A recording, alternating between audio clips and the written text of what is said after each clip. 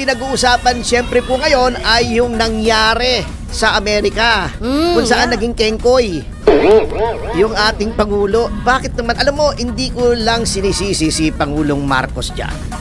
Si President Trump, para namang ginawa niyang katawa-tawa yung Pilipinas doon. Oo nga, ba't nagkaganon yun? Parang mukha tayo nagmamalimos doon. Biro mo, 20%.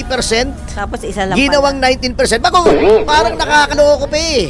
Sabi pa, he's a tough negotiator. Top negotiator, 1%. 1%. Pagkatapos, yung pasok naman ng mga kalakal ng Amerika dito sa Pilipinas, 0%. So ito na nga mga kababayan, binanatan po ngayon ni Attorney Ferdinand Topacio itong pagpunta doon ni Pangulong Marcos sa Washington mga kababayan para po personal na makipag-negotiate dito po kay US President Donald Trump dahil dito sa tariff na inimpose niya dito sa Pilipinas na originally 20% at binawasan ng 1% mga kababayan, so 19% na lang yung tariff ng Pilipinas naging kengkoy tuloy mga kabayan si PBBM daw doon sa Amerika at ito namang si Donald Trump ay ginawang katawa-tawa ang Pilipinas dahil sinasabi niyang tough negotiator daw itong si Pangulong Marcos mga kabayan, samantalang ang dami niyang mga kasama doon sa Washington, ang dami niyang bit-bit na mga kasama at samantalang sa Indonesia, yung presidente ng Indonesia ay tumawag lang sa telepono mga kababayan at nakipag-negotiate noon kasi 42% yung unang inimpose ng Amerika sa Indonesia sa tariff, pero nung tumawag doon at nakipag-negotiate ay ginawang 19% na lang din mga kababayan parehas ng Pilipinas 19% na lang mga kababayan at yun, wala po siya masyadong gasto, yung sa load lang mga kababayan yung kanyang gasto, pero itong Pilipinas sandamakmak na mga kasama ng Pangulo ang pumunta doon mga kababayan sa Washington sa Amerika para po dito sa pakipag-negotiate, pakipag-usap at pakipag-meeting mga kababayan kay US President Donald Trump at ilang milyon po ang gastos ng gobyerno mga kababayan pagpunta lang doon sa Amerika ng Pangulo.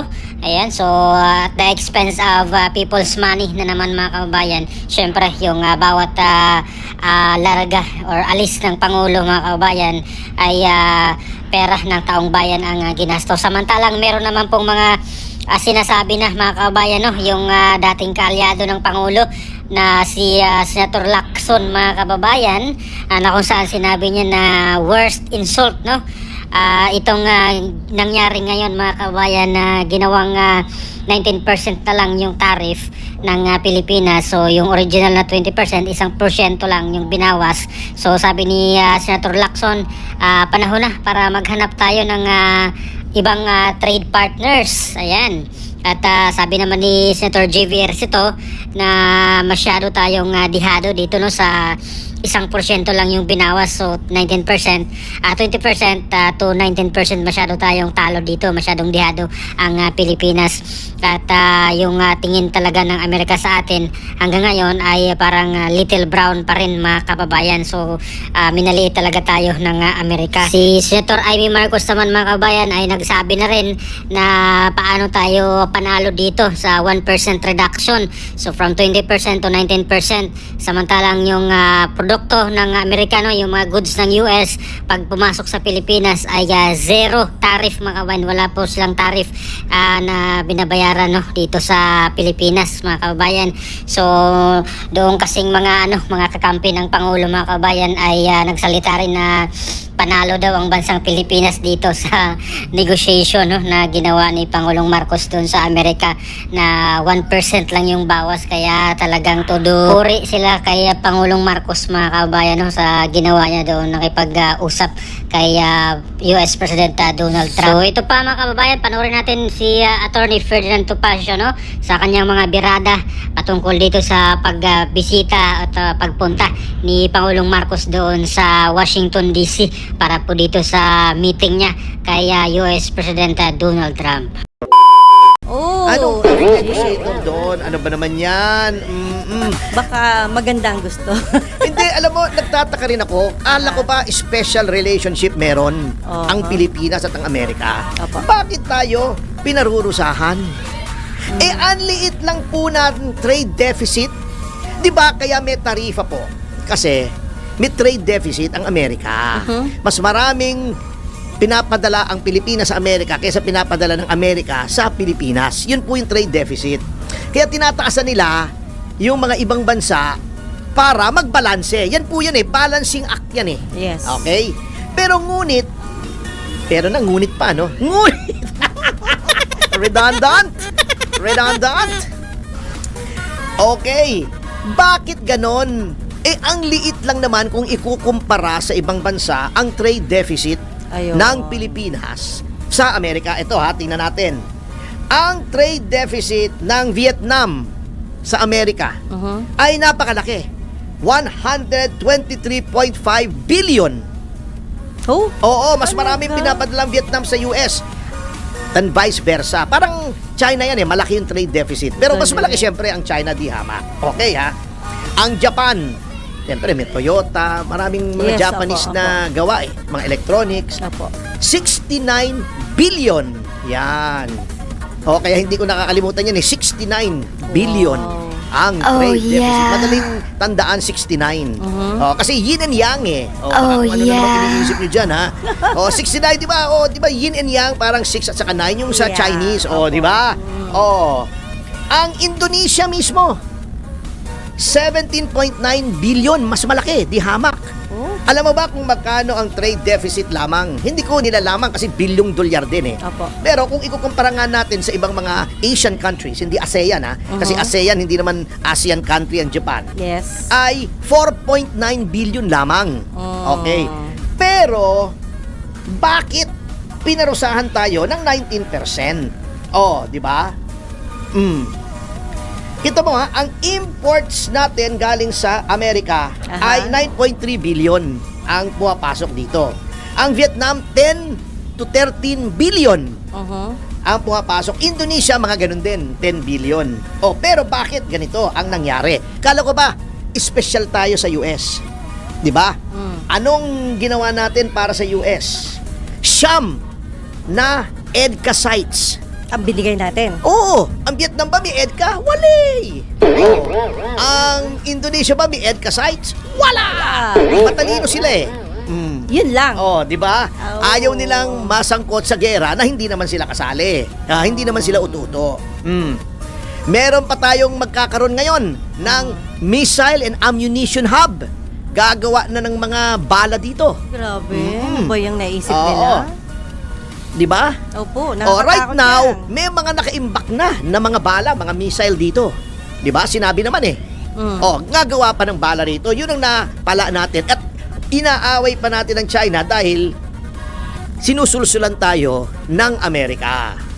Ang napala natin, 19%, 1% lang ang binawas. Di ba? Kawawa naman tayo. Samantalang, kita mo di ba sabi nila magaling siyang mag-negotiate si Pangulong Marcos. Bakit ang Vietnam? Ang Vietnam Apo. na napakalaki ng trade deficit with the US. Una, pinatawan niya ng 46%. Siyempre, malaking trade deficit. Nag-negotiate sila. Naging 20% na lang. Grabe. Di ang nabawas ay 26%. 26%. Yes. Kontra sa 1% natin. Ang Indonesia, nag-negotiate din. Hindi pa pumunta yung Pangulo ng Indonesia, tawag lang sa telepono. Wow. Tinawagan lang. bongga. Paring Donald, kumusta ka dyan? Ba't naman napakalaki ng taripa namin? Abay, loko ka. 42%. Diba? Anong ginawa? Tawag lang. Ginawang 19%, Kumbaga, pantay sa walang atin. effort. Walang masyadong effort. Lumaki lang yung bill niya sa telepono siguro kasi Yun lang. Malaki, long distance international call from 42 naging 19%. Di pantay lang sa atin. Tawag lang. Si Pangulong Marcos pumunta ba ron? Katakot-takot mandala. May dala pang Maltese. Hindi yung aso Pero attorney, palagay ko hindi alam ng presidente yan. Yung mangyayaring yan. Hindi niya alam presidente siya. Anong ginagawa niya ron? Hindi, mali yung kwento. Meron naman ganun, attorney, di ba? Presidente ka, hindi pwedeng sabihin mo hindi ko alam. Ganon? Sabi nga, the buck stops here. Pag nagpasa-pasa, di ba may expression na pass the buck? Yung nagtuturuan. Opo.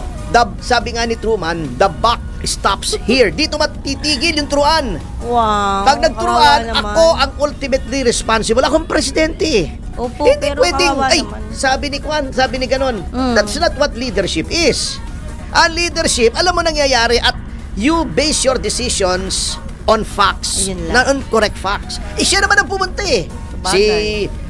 Si Romualdez ba nakipag-negotiate? Oh, si Walay. O, yung DFA ba nating sekretary nakipag-negotiate? Si Teodoro ba nakipag-negotiate? Siya ang kaharap ni Trump, hindi naman to. He is the president. He is the chief executive. Hindi yung pwedeng sabihin, nako, mali yung binigay sa aking impormasyon. Opo. Although mukhang mali nga yung iba kasi naging kengko. Kikwento natin yan mamaya, ha? O, kita mo, ha? Ang Japan, 34 ang unang pinataw na taripa. Oh. Nakipag-usap lang sa telepono rin. Telepono rin? Tawag-tawag lang. Pwede Naging pala yun 15. Mas mababa pa sa atin. Wow. More Oo. than 50%. Tayo, 20% originally, nakipag-negotiate, 1% ang 1% binawas. ang nabawas. Parang nga sinasabi mo, magkano to? 1,000. Patawad naman, sige, 999 na lang. Ay, pinagluloko nitong Amerika eh. Na-insulto tuloy yung ating presidente. Oo, di ba? Wala tayong magawa kahit maging kengkoy tayo sapagkat anong gagawin mo ngayon? Oh. Ang Indonesia, kaya may leverage. Negotiation is about leverage. Lahat ng abogado, alam yan. Anong pwede kong gawin sa'yo pag hindi ka pumayag? Ganun yun eh. Di ba? Ang problema kasi sa Pilipinas, masyado na tayong kumiling sa Amerika. Inaway na natin ang China. The second biggest economy. Saan tayo pupunta? Sa Papua New Guinea. Attorney, wala tayong kinalaman doon.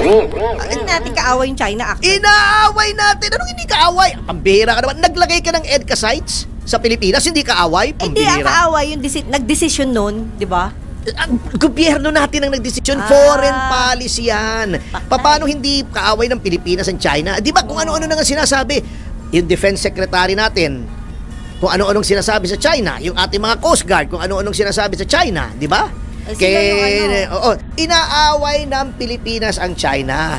Ang Indonesia, kaya may leverage sa Amerika, ito yung gusto kong sabihin, Opo. ay Indonesia ay member nung BRICS.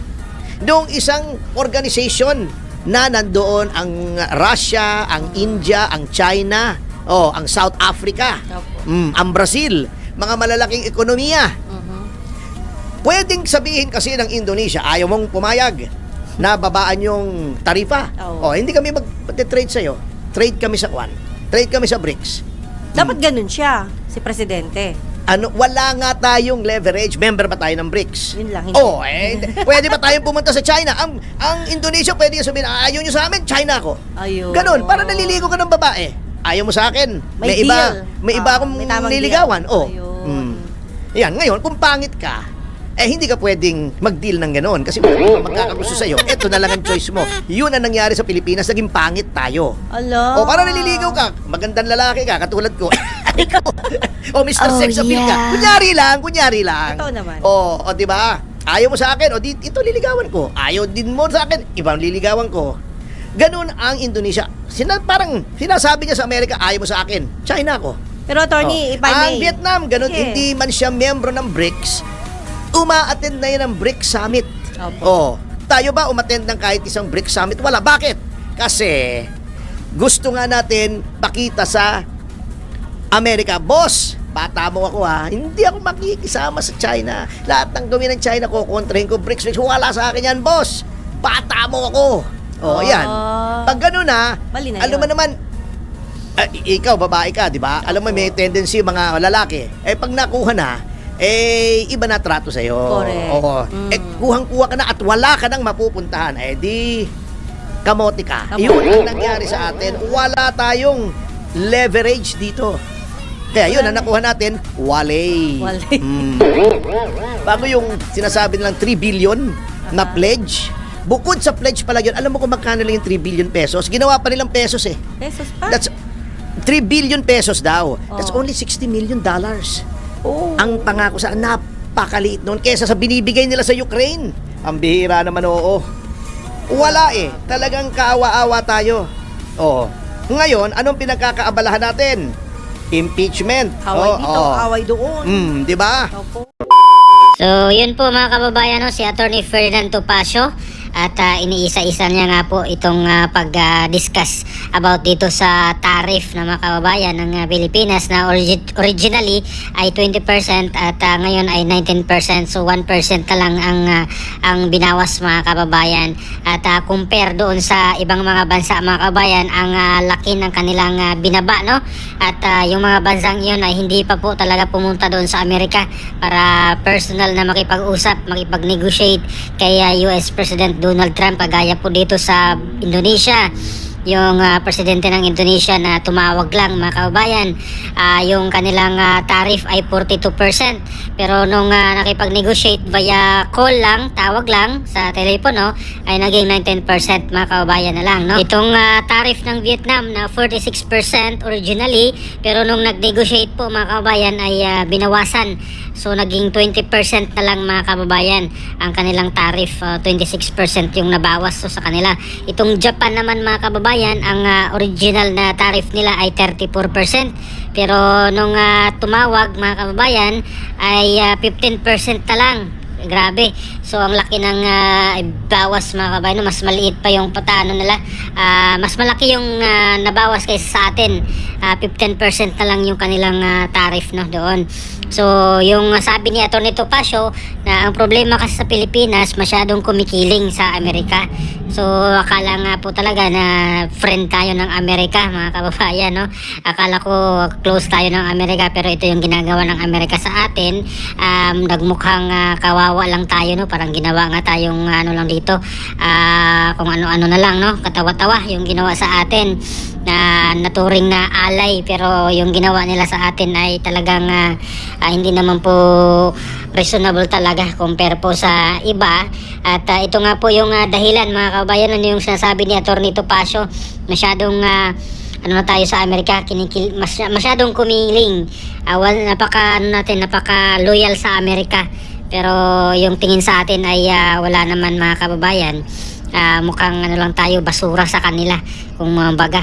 So itong sa Indonesia naman kasi, yung pagipag-negotiate nila mga kababayan, yung sinasabi ni Atty. Topacio, yung leverage, no? Yung Indonesia kasi parte ng ng BRICS, member ng BRICS sila. Ito yung samahan mga kababayan ng mga bansa na ang tanging adhikain nila para palakasin ang kanilang mga ekonomiya, no? Yung BRICS ito yung Brazil, yung Russia, yung India, yung China at ang South America mga kababayan. Pero marami na pong bansa, no, ang sumanib dito mga kababayan, at isa na nga po dito sa Southeast Asia itong Indonesia. Kaya meron po silang leverage na sinasabi, meron silang pangtapat doon mga kababayan, no, sa Amerika. Kaya nilang makipag-negotiate doon mga kababayan, makipagbarata, no? Kasi pwede nilang takutin itong Amerika na kung hindi kayo papayag na babaan yung tariff namin, ay pwede naman kaming humanap ng ibang mga trade partners kagaya po ng China na malaking ekonomiya din mga kababayan, no? Same thing dito po sa Vietnam mga kababayan, although yung Vietnam ay hindi pa po member, no, ng BRICS, pero umaattend na po sila sa mga summit, no? Kaya sabi ni Atty. Ferdinand Topacio, kawawa ang Pilipinas dahil itong gobyerno ng Pilipinas ngayon ay inaaway daw yung China mga kababayan. Yung mga pronouncement ng Defense Secretary at maging ang Coast Guard, no, yung sa pamamagitan ng kanilang spokesperson ay talagang iba yung atake dito sa China mga kababayan, kung saan ay malaking trade partner sana itong China din mga kababayan, kasi halos lahat ng mga produkto ay galing China, no? At malaking ano din to, yung ating mga saging ay doon din sa China mga kabayan, no? Malaking market din po sila doon, pero ewan ko ano nangyari ngayon mga kabayan, dahil iba na nga yung turing ng Pilipinas sa China, no? Masyado daw kumiling dito sa Amerika. At as a matter of fact, at ito nga po yung ikinagalit ng China dahil itong pagpayag ng Pilipinas na maglagay nga po ng EDCA sites, no, dito sa Pilipinas, itong mga base militar ng Amerika. Kaya isa din po yan sa mga malaking dahilan na bakit talagang mainit din yung China sa atin, kasi yung Amerika meron na po silang mga EDCA sites, no, mga base militar dito po sa Pilipinas, lalo na doon sa Northern Luzon mga kabayan, sa Cebu meron din yata, at sa Mindanao mga kabayan, no, kung hindi ako nagkakamali. Plus ito pang pinaplano nila mga kabayan na maglagay daw dito ng ammunition na factory, no, dito sa Pilipinas, itong Amerika. Ayan, so maglagay daw sila ng mga paggawaan ng mga bala, no, at missile daw dito sa Pilipinas. Kaya kawawa ang Pilipinas, walang leverage na mga kababayan, no, walang ibang mapuntahan dahil yung China na isa sa pinakamalaking ekonomiya sa buong mundo ay kaaway na po ang tingin natin sa kanila, at wala tayong magagawa kundi sunod-sunuran na lang sa Amerika. Kung ano po yung ibigay nila ay tatanggapin na lang mga kababayan ng Pilipinas, kasi walang magawa dahil yun nga, nakakiling na tayo doon sa kanila. Masyado tayong loyal sa Amerika mga kabayan. So yun naman po yung iniwasan ni Pangulong Duterte, no, mga kabayan, yung independent foreign policy. So it has something to do with this naman din mga kabayan, no, itong tariff na ito. Kasi sa panahon ni Pangulong Duterte ay independent tayo, wala tayong kinikilingan, friend to all, enemies to none. Ayan, yan po yung kay Pangulong Duterte. Kaya pwede siya makipag-negotiate, pwede siyang humanap ng ibang mga trade partners mga kabayan, no, sa mga malaking ekonomiya sa buong mundo, kasi wala tayong kinikilingan, hindi tayo loyal noon sa Amerika. Pero ito yung nangyari ngayon, masyadong loyal tayo sa Amerika, pero anong ginawa ng Amerika sa atin? Mukhang ginawa lang tayong aso mga kabayan, no? Ginawa lang tayong tuta. Ayan, so sa inyong opinion mga kababayan, ano pong masasabi nyo dito sa 19% tariff na ipinataw ng Amerika from 20%, binawasan ng 1% kaya 19% na lang. So sa tingin nyo ba makatarungan ito na pag-impose ng Amerika sa atin ng tariff, samantalang yung produkto ng Amerika dito sa atin na papasok ay walang taripa, mga kababayan, no? Zero tariff po sila. So please comment down below. Maraming salamat. God bless po sa ating lahat.